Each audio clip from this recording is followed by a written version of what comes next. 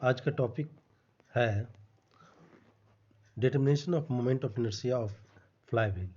ठीक है, तो सबसे पहले हम डिस्कस कर लेते हैं कि इनर्शिया इनर्शिया क्या किसी वस्तु का इनिशियल पोजीशन, किसी भी सिस्टम का इनिशियल पोजीशन होता है, और मोमेंट क्या है जो घूर्णन से रिलेटेड है, लीनियर मोशन से नहीं। तो जो कोई वस्तु जैसे पंखा हुआ या कोई घूमने वाले वस्तु जो किसी अक्ष या बिंदु के प्रति घूम रही होती है, तो उसकी जो प्रवृत्ति होती है या तो रुकी हुई है या घूमती होती है। देखिएगा कि रुकी हुई है तो घुमाने के लिए हमें बल आघूर्ण लगाना पड़ेगा, अगर वह घूम रही होती है तो रोकने के लिए बल आघूर्ण लगाना पड़ेगा उसके घूर्णन गति के विपरीत में। तो यही उसकी प्रवृत्ति जो है वह क्या कहलाते हैं, मोमेंट ऑफ इनर्शिया। अब कैलकुलेट करते हैं तो मोमेंट ऑफ इनर्शिया अलग अलग वस्तु के अलग अलग ढंग से निकलता है। तो जनरली क्या मोमेंट ऑफ इनर्शिया आई बराबर क्या होता है, मास एम गुना इफेक्टिव डिस्टेंस का स्क्वायर एम के स्क्वायर। ठीक,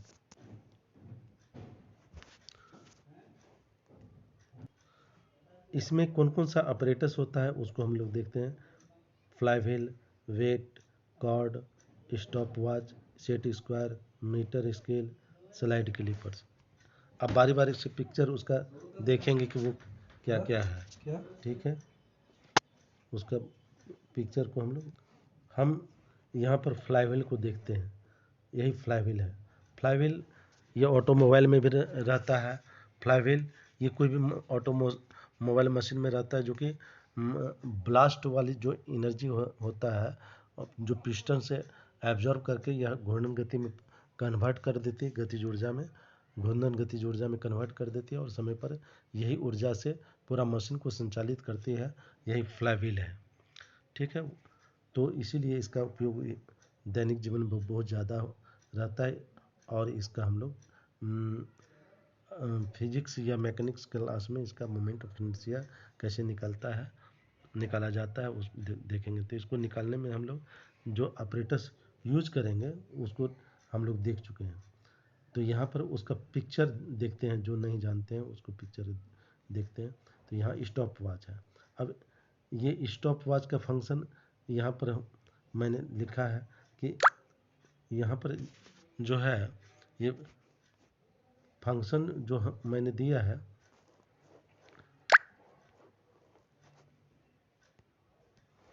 इसमें क्या है कि ये इस 4 काम में लाते हैं। अगर इसको रोटेट मतलब घुमाते हैं तो इसमें स्प्रिंग जो अंदर में मशीन है वो एनर्जी संचित कर लेता है। जब इसको पहला मर्तबा प्रेस करते हैं तो इसको चालू करता है और कांटा ये घूमने लगता है। सेकेंड और मिनट का कांटा, इसमें 2 कांटा है। अभी ये दोनों कांटा एक साथ है, पता नहीं चल रहा है, लेकिन घूमने लगता तो उसमें पता चलता है। दोनों अपनी अपनी स्थिति को दर्शा करके, अपना पोजीशन को दर्शा करके समय का मान को बतलाता है। फिर क्या होता है, दूसरा मर्तबा जब प्रेस करते हैं तो ये कांटा जहाँ पर रहता है वहीं पर स्थिर हो जाता है और समय के पठन को अपने स्थान पर स्थिर रह करके बतलाता है। जब तीसरा मर्तबा इसको प्रेस करते हैं तो फिर कांटा सब एक जगह पर यथावत हो जाता है पुनर्पठन के लिए। चलिए नेक्स्ट है क्या है, तो नेक्स्ट में हम देखेंगे वाट है। ये हुक लगा हुआ है। ठीक है, इसमें बहुत से 50-50 ग्राम के वाट हैं, हम देखते हैं। ठीक,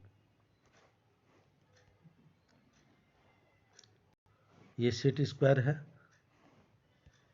यहाँ स्लाइड क्लिपर्स हैं। तो स्लाइड क्लिपर्स के बारे में थोड़ा सा बता देना चाहते हैं। ये पहले भी प्रैक्टिकल में बताया गया है। यहाँ ये लोअर जाव है, ये अपर जाव है, ये बार है। ठीक है, इसके जरिए इसको स्लाइड करते हैं। ठीक है, और ये पकड़ बनाता है, इसलिए कैलिपर्स नाम पड़ा हुआ। कहीं पर किसी बिंदु पर ये फिक्स करना है तो इसके जरिए फिक्स करते हैं। ठीक, ये मेन स्केल है, ये वर्नियर स्केल है। वर्नियर स्केल और मेन स्केल के जरिए इसका लिस्ट काउंट का मान 0.01 सेंटीमीटर या 0.1 mm तक, मतलब सिंपली जो है मीटर स्केल का लिस्ट काउंट से 10 गुना इसका लिस्ट काउंट कम हो जाता है, ठीक है, और ज़्यादा सेंसिटिव मान होता है।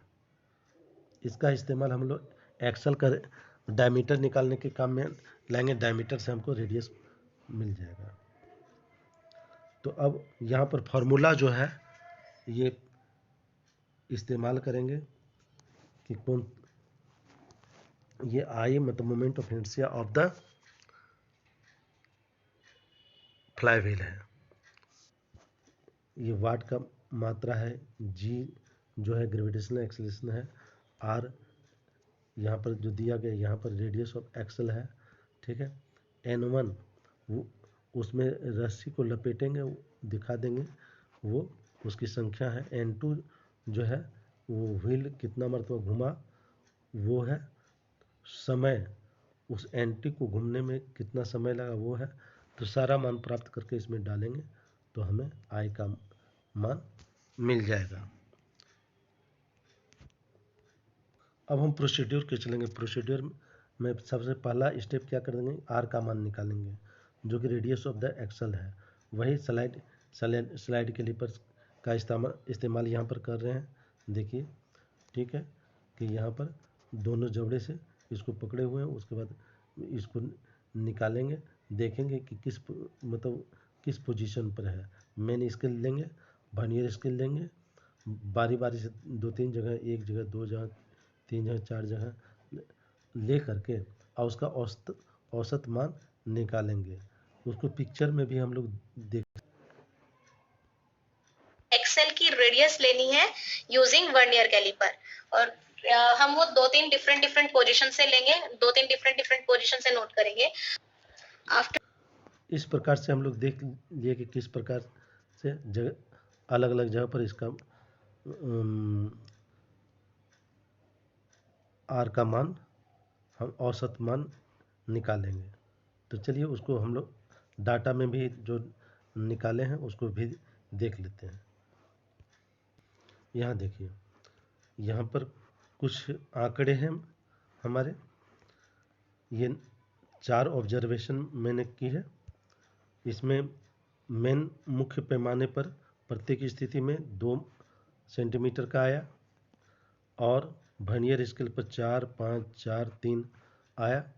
वर्नियर स्केल को लिस्ट काउंट से गुना कर दिए, ये सेंटीमीटर में है तो इतना आ गया। उसके बाद इसको और इसको जोड़ दिए दोनों मान को, तो यहाँ पर हमें 2.4 डायमीटर आया, ये डी का मान है, ठीक है। अब इसी को एवरेज ले करके, तो एवरेज लिए तो 2.4 सेंटीमीटर आया। और उसके बाद क्या किया, उसको हाफ कर दिए तो यहाँ 1.2 सेंटीमीटर आया। चलिए तो ये मेजर हो गया हमको। अब नेक्स्ट प्रोसीड्यूर में चलते हैं।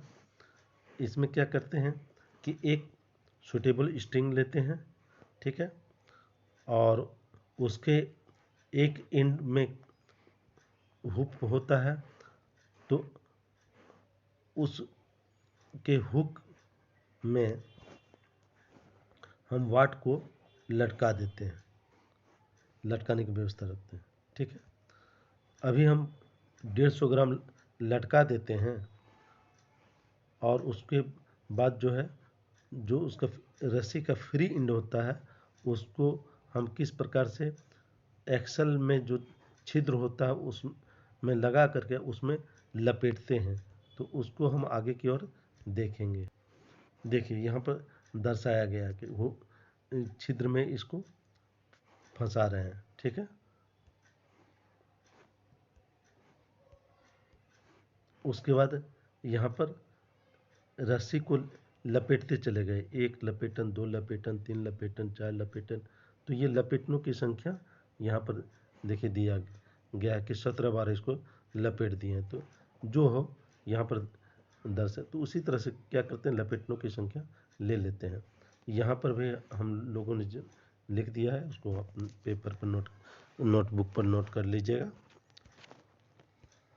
तो इसी चीज़ को हम कैसे करते हैं, लपेटने के बाद वेट को छोड़ देते हैं, छोड़ने के बाद अपने भार से जब नीचे गिरने लगता है तो इसमें घूर्णन पैदा होता है।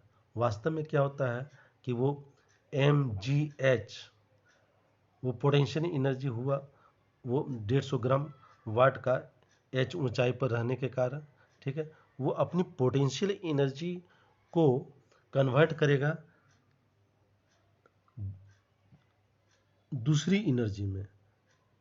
वो एनर्जी, कुछ एनर्जी से इसमें घूर्णन गति उत्पन्न होगी, ये घूमने लगेगा, ठीक है, और कुछ एनर्जी से वो उसमें गतिज ऊर्जा प्राप्त होगा, वो ऊपर से नीचे आएगी, ठीक है, और कुछ एनर्जी से इसमें जो घर्षण है एक्सल के बीच, वो घर्षण को ओवरकम करने में किया जाएगा। तो इस प्रकार से हमें क्या क्या है, पोटेंशियल एनर्जी mgh, ठीक है, ये कन्वर्ट होगा किसमें, तो हाफ m, तो यहाँ पर m क्या है, वही वाट का है, v स्क्वायर, ठीक है, तो v के जगह पर आप ओमेगा r लिख दीजिएगा, फिर कन्वर्ट होगा half I omega square, I moment of inertia of ये फ्लाईव्हील है। और इस प्रकार से जब हम समीकरण को बैलेंस करके कैलकुलेशन करेंगे तो आई का मान जो वहाँ फार्मूला के रूप में आया था वो चला आएगा, ठीक है। तो चलिए इसको हम लोग इस सीन को थोड़ा सा प्रैक्टिकली देख लेते हैं। वेट है इसमें, तो इस फ्लोटेड वेट के लिए अब मुझे 3 ऑब्जर्वेशन करनी है डिफरेंट डिफरेंट। अब जैसे ही मास डिटैच हो जाएगा यहाँ से और ग्राउंड को टच कर जाएगा, तभी मुझे स्टॉप वॉच को ऑन करना है, और जब तक कि ये रेस्ट पर ना आ जाए, रिम रेस्ट पर नहीं आ जाता, तब तक स्टॉप वॉच को चलते रहने देना है। जैसे ही ये स्टॉप हो जाए, मुझे स्टॉप वॉच को भी स्टॉप कर देना है, और नंबर ऑफ रोटेशंस मुझे हर एक टाइम गिनते रहना है कि वो कितने नंबर ऑफ रोटेशन कंप्लीट करेगा। मैंने यहाँ पर पॉइंटर से एक पॉइंट मार्क किया हुआ है, तो नंबर ऑफ रोटेशन यानी कि जब फ्लाईव्हील घूम के दोबारा इसी पोजीशन पे आ जाए तो वो 1 रोटेशन हुई। तो अब हम शुरू करते हैं एक्सपेरिमेंट को।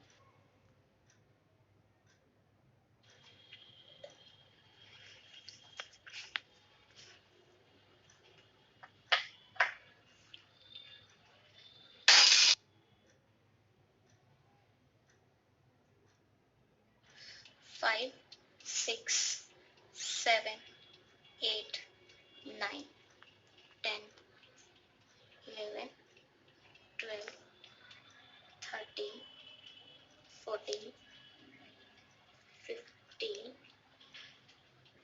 16, 17। 17 इस प्रकार से देखिए, अभी हम लोगों ने देखा कि ये डिटैच होने के बाद क्या हुआ कि ये 17 रोटेशन किया, ठीक है, उसी को यहाँ दर्शाए हैं हम लोग। अब इसी को बारी बारी से करते चले जाएंगे और नोट करेंगे, तो हमें क्या मिलेगा कि एक आंकड़ा मिलेगा, उसको टेबल में लेंगे फिर और कैलकुलेशन करेंगे। तो चलिए हम टेबल को देखते हैं। उसी चीज़ को यहाँ पर लिखे हुए, now the weight with the hook set free to fall under the action of gravity weights and hook system falls, the wheel rotates here, the weight loses its potential energy and wheel gets kinetic energy। इसी को लिखे हैं।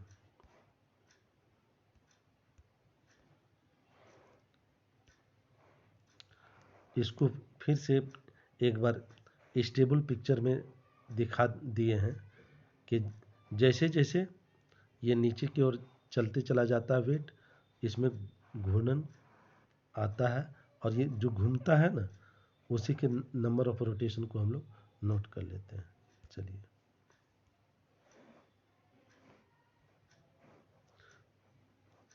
यहाँ पर वही बात है, देखिए, as soon as the string lifts the axle, उसी को हम लिखे हुए, ताकि आप लोग इसको नोटबुक में लिखिएगा कि क्या लिखे हुए हैं। As soon as the string lifts the axle, axle का स्पेलिंग सुधार लीजिएगा। The flywheel starts moving freely, ठीक है। The number of rotation are counted, number of rotation उसको नोट कर लेते हैं। इवन फ्रैक्शन लेवल, मतलब टोटल नंबर ऑफ रोटेशन कितना आया, और कुछ हो सकता है कि आधार या चौथाई हो, तो सब पूरा समय के साथ पूरा रोटेशन को हम लोग नोट कर लेते हैं और उसको डाटा में कलेक्ट करेंगे। देखिए यहाँ पर डाटा है, ठीक है। तो डाटा में क्या है, जब हम वाइंडिंग स्ट्रिंग का 10 रखे थे तो रोटेशन 17 आया था। कंप्लीट रोटेशन और जो फ्रैक्शन था, फ्रैक्शन का कैलकुलेशन करके यहाँ पर लिखे तो 17 दशमलव कुछ आ गया। फिर उसी तरह से 9 लपेटन के लिए 16 आया था, उसको भी लिखे। 8 लपेटन के लिए 14 आया उसको। तो यहाँ पर इसका औसत ले लिए जो कि यहाँ पर है, और प्रत्येक स्थिति में जो समय आया हम उस समय को भी नोट करते चले गए और समय का भी यहाँ पर औसत लिए, ठीक है। तो इस प्रकार से हमें क्या आया, N1 आ गया, N2 आ गया, T आ गया, सबका मान बैठाए जो फॉर्मूला दिया हुआ था, बैठाने के बाद यहाँ पर हमें ये 150 ग्राम पर कितना निकाले तो मोमेंट ऑफ इनर्शिया इतना निकाले। फिर जो 200 ग्राम पर निकाले प्रयोग को किए तो वो मोमेंट ऑफ इनर्शिया ये आया, और इस तरह से एवरेज मान निकाले तो इसका मान इतना आ गया। तो इस प्रकार से हम moment of inertia of flywheel को निकालते हैं प्रैक्टिकली। धन्यवाद।